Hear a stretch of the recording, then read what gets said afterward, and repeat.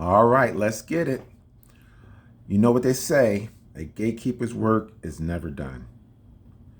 Now, I really thought long and hard whether or not I should make this video because it's about a YouTuber who decided to make a rebuttal video to my video about rocking dancing or rock dancing and where it comes from. As you know, I argue that it comes from foundational Black American culture, and clearly he disagrees.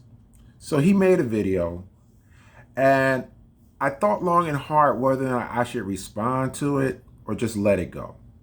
But then I realized after watching a few minutes of it, I realized that there was some educational value in it. So without further ado, now before I go into it, this is fair use. And since he's talking about me, I think it's only fair to use segments of his video to critique him. All right, so he starts out clowning my video, but that's okay. I'm a big boy. So let's go. Look at this picture, bro. What's wrong? He don't even look like he don't even look like he's rocking, yo. And, What is wrong with this picture? And who dresses like that?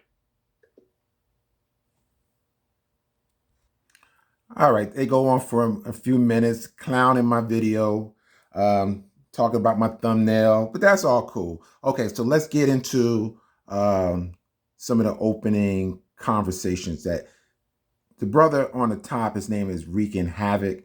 I'm not sure who the guy at the bottom is. I guess a good buddy of his, but let's just see what they're saying.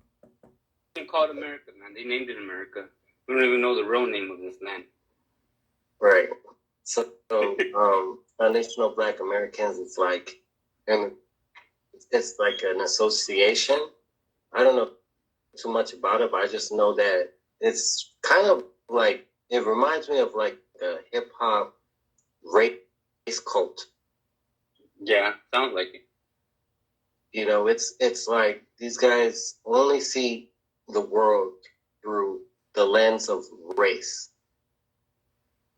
You know, and it's like a cult. And the FBA Foundation, Foundational Black American. Yeah, that's terrible. Association or whatever. You know, it reminds me of, the back in the days with the Black Muslims, you know what I'm saying?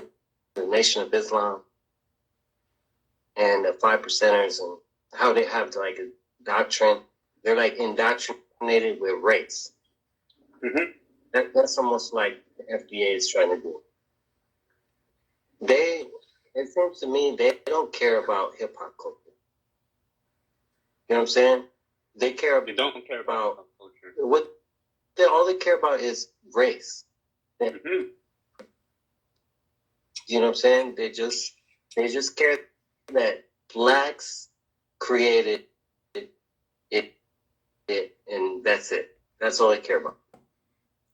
All right, so you get the gist of where he's coming from. So basically, he's calling people who consider themselves FBA a cult. He clearly doesn't understand the significance of the meaning of the word or the meaning of the acronym. So right off the bat, he's talking negatively about Black Americans. Okay, so now let's continue. What is race? Right. What is race? Race is a construct, social construct. Yeah. But who named it? Who said this is race? You're black. You're white. You're Asian. God didn't name it like that. Right. He named us humans. So exactly. We all brothers and sisters. We got the same parents, Adam and Eve. All right, now you remember. Now I want you guys to remember that last statement. We all have the same. We're all humans. We all have the same parents. We all come from Adam and Eve. All right. So I just want you to remember that, because when we talk about how Puerto Ricans see themselves as these three different groups, African, Spanish, and indigenous, they oftentimes don't really acknowledge the black side only when it's convenient. But don't forget what this particular gentleman at the top said about we're all one family. All right. Let's move on to the next segment here. Yo, like Ringo made a post about this, and I said it earlier. I said they're backed up in the corner. They're backed up in the corner so hard that they're reaching now for whatever they can grab. They're reaching. They backed up so hard. All the information. They created rock dance. They created break dance. They created hip hop. They created salsa. What is this guy talking about? We're backed up in the corner. How are we backed up in the corner? You the guys are backed up in the corner. Every time we ask you guys for receipts, there's nothing. There's crickets. You say that we're backed up in the corner when we're trying to gatekeep our culture, when we're standing up for ourselves. We're backed up in the, in the corner. We supposed to just lay down and let you guys just, take over our culture. Come on, man. Let's go. They created everything. They created everything. And I think here's the major problem. Here's the problem, Cooks. They don't understand the difference between being influenced and taking the credit for creating it. See what I'm saying? No, we do understand it. You don't understand it. And I'm going to explain in a minute. They're confusing the two, because just because something is influenced by something else doesn't mean that it created it by itself. That doesn't even make no sense. It's a word called assimilation, right? Assimilation. Assimilation is inevitable and it's undeniable. Whenever you have immigrants coming to a new country, right? The blacks assimilated with whites when they came. The Africans, when they came to Puerto Rico, they assimilated with the natives. Yes. And let me stop it right there. So when he talk about assimilation, does he mean this? So when the African came to the United States, is this what you call assimilation? Huh? Is this your idea of assimilation? What about that? Is that assimilation? What about that? That's assimilating to white culture? Black people were denied the ability to assimilate. Most of the history of Black people in this country, we were denied the ability to assimilate. We had to do everything on our own for the most part. Assimilation, let me educate you, man. Assimilation is voluntary. You got people in this country right now from all parts of the world that live in areas where they don't even have to speak English. They could stay in their small communities and exist in America without assimilation. You got places like Chinatown. You got places like in Minnesota where there's a Somali. All over the country, you got small pockets of immigrants that stay together, don't have to assimilate.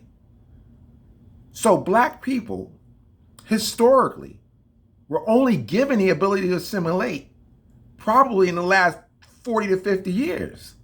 Because even after civil rights, we still had to petition the government to be fully included in the American dream. And we're still struggling to do that. So when you talk about assimilation, man, you don't know what you're talking about. Now, this is going to be an example of what I call a microaggression. Now, the guy at the bottom of the screen, he's going to mention something that's going to reveal his anti-blackness. And I'm going to point it out to you. It's very subtle, but let me point it out to you when he does it. The Africans, when they came to Puerto Rico, they assimilated with the natives. Yes. And the Puerto Ricans assimilated with Americans when they came. Yep. Black culture. You assimilate to black culture. The thing is, history it says it all. Listen up, guys. They tried to make the Indians the slaves. They couldn't do it. They rather die as warriors. You see what I mean? Right. So they got it where they can get it. So you caught that? He said they tried to make the Indians a slave, but they rather die as warriors. So what is he saying about the African? Or is he saying that they're weak? They're not warriors? If he considered himself a Puerto Rican, he's supposed to be representative of 3 different groups. Why would you talk ill of a part of you? These people do not see themselves as black, despite what they say. They do not see themselves as that. Let's go on. Did it for them, you know what I mean? And they brought them to the States to work the land for them. Because it didn't work out. The original plan didn't work out. Same thing happened in Mexico with the Spaniards and the French. Their plan didn't work. You couldn't put the Aztecs to be your workers. You couldn't put the Mayas to be. The Mayas weren't even around. It was disappeared. Right. So like, when it comes to culture. All right, this guy, he doesn't know what he's talking about. All right, let's listen to some more. Yeah, it's just an evolution. Yeah, it's just the evolution of culture. This is how cultures evolve. They assimilate with other cultures, and it creates something new. And that's what happened. You have the Nuyorican, which is the American person of Puerto Rican descent. You know what I'm saying? With the American lifestyle.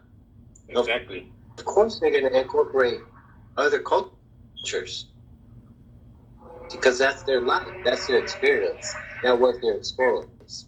You know? Yep. So it's natural. You know, it's just that's what it is. To say that one race of people created this and the other race of people did it, it's too black and white. It's an oversimplification of. There is no oversimplification. Simplification. I'm going to demonstrate that in a minute. History, and it's an injustice to history because there's so many nuances and complex, interesting, amazing history, you know, and just to say, oh, you know, we influenced it, so that therefore we created it. We influenced that, so we created it. We influenced that. It's a entitlement. It's an entitlement. That's what it is. This whole thing was that since they were influenced, right, by James Brown and by all these other bands, right, that it's black culture music. Therefore, any dance that's created in black culture music is black culture. Now, when it comes to music and culture, right, it is black culture music, but it's also American culture music. Right. Now, that's the go-to for them. This is where another avenue of disrespect. While they can acknowledge as black culture, they're not comfortable with that because they do not want to give credit to black people for creating anything. So what do they say? Oh, it's American culture. So this way they can all say that we're a part of America, so it doesn't belong to black people. It's American. This is what they do with our music, with our creations. It belongs to everybody. Total disrespect. Let's keep it moving. Right. So it's the music of America, the United States. It's what was going on at the time, and it's a mixture. Everywhere. Well, let's say you take jazz. You take just jazz, for example. You know, jazz comes from the black American culture community, but you know, they didn't come. The slaves didn't come out with jazz. You know what I'm saying? It was the African Americans, Black Americans. They assimilated with white culture, European culture, and they added their own flavor to it. You know, and they created something new. And that's how culture evolves. You know, they didn't come from Africa playing jazz. They had to learn. They didn't come from Africa. Yeah. They didn't come from Africa playing the saxophone. And then they created jazz, right? Yeah. That's how. All right. So you see the mindset of these guys. You see the mindset. Because it didn't come from Africa, we can't take credit for its creation. Because jazz didn't come from Africa, we can't take credit. Soul, R&B, blues, disco, whatever, all the genres of music, gospel. Since it didn't come from Africa, he's basically saying we can't really take full credit for that. Now remember, creation is something that never existed before. So if these genres of music never existed before, it is our creation. Despite any other influences, I can honestly say that based on my research and my understanding of music, there's really only two genres of music that I can really tie to Europe and fully tied to Europe. And that's the style of New Orleans jazz and the Negro spirituals. Outside of those particular genres, there's very little input from Europeans because you don't see any evidence of that style of music anywhere else in the world. Let me break this down in a way that many people probably haven't even thought of.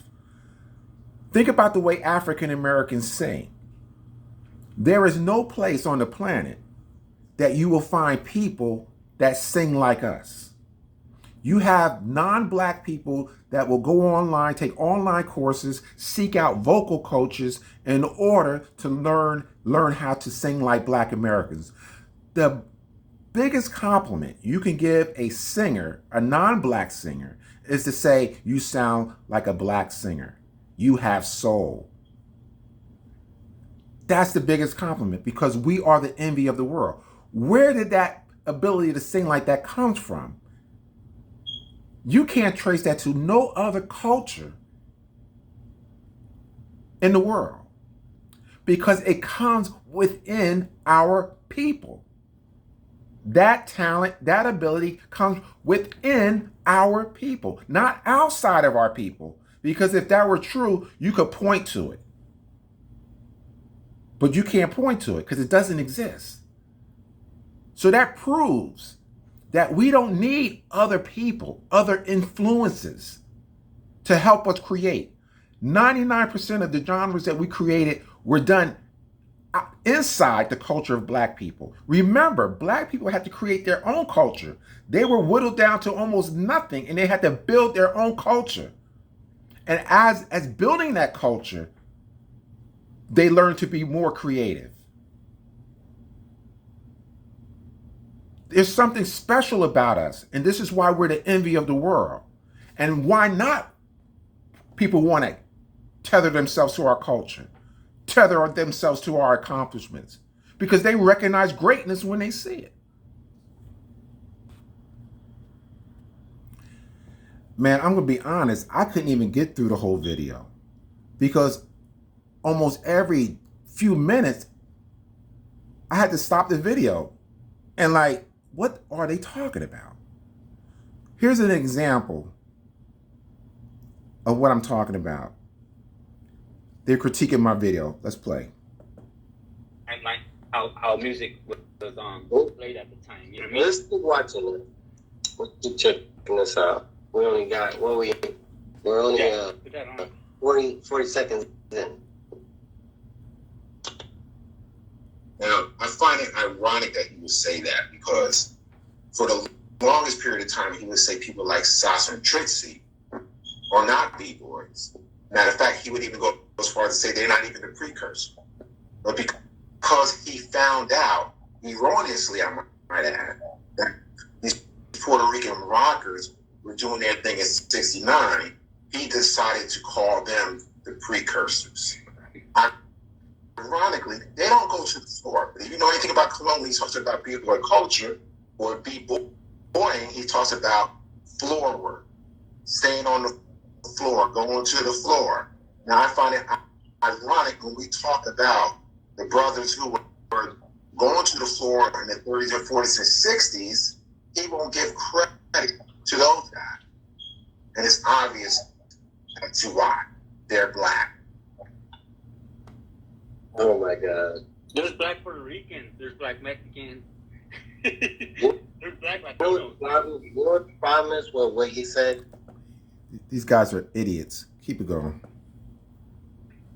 He's making trying it to say right off the bat. Yeah, he's assuming that it's about race. You know what I'm saying? That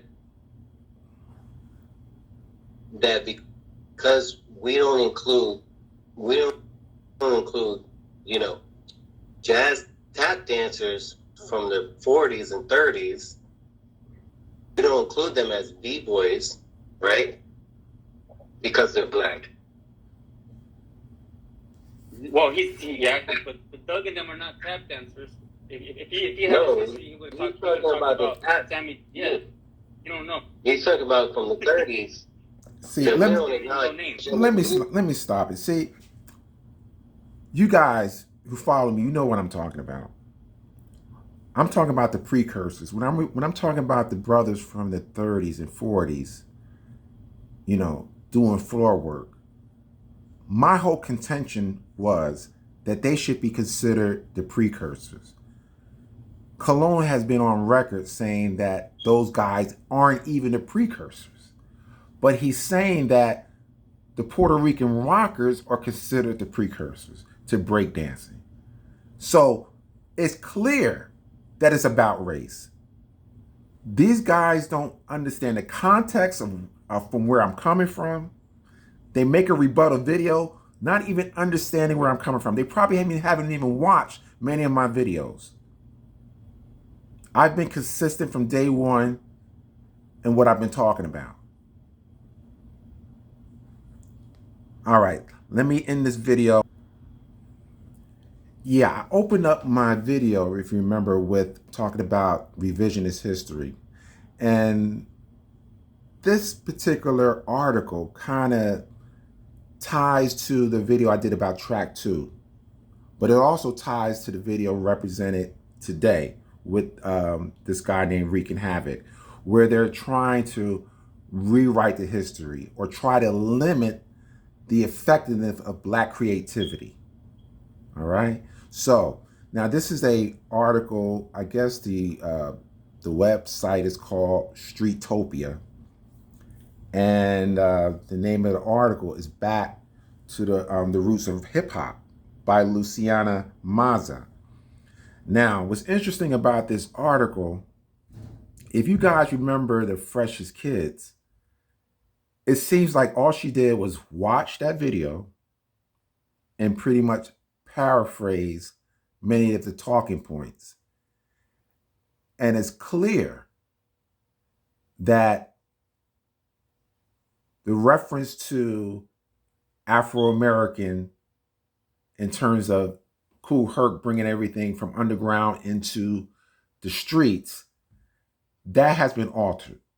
That history has been altered. So not only track 2 said it was a particular dance form, this particular journalist is echoing the same narrative, which has convinced me that there's an effort afoot to rewrite the history, take the black or African American element out of it and make it American. You remember when the brother and earlier I showcased in the video here where he talked about it's American.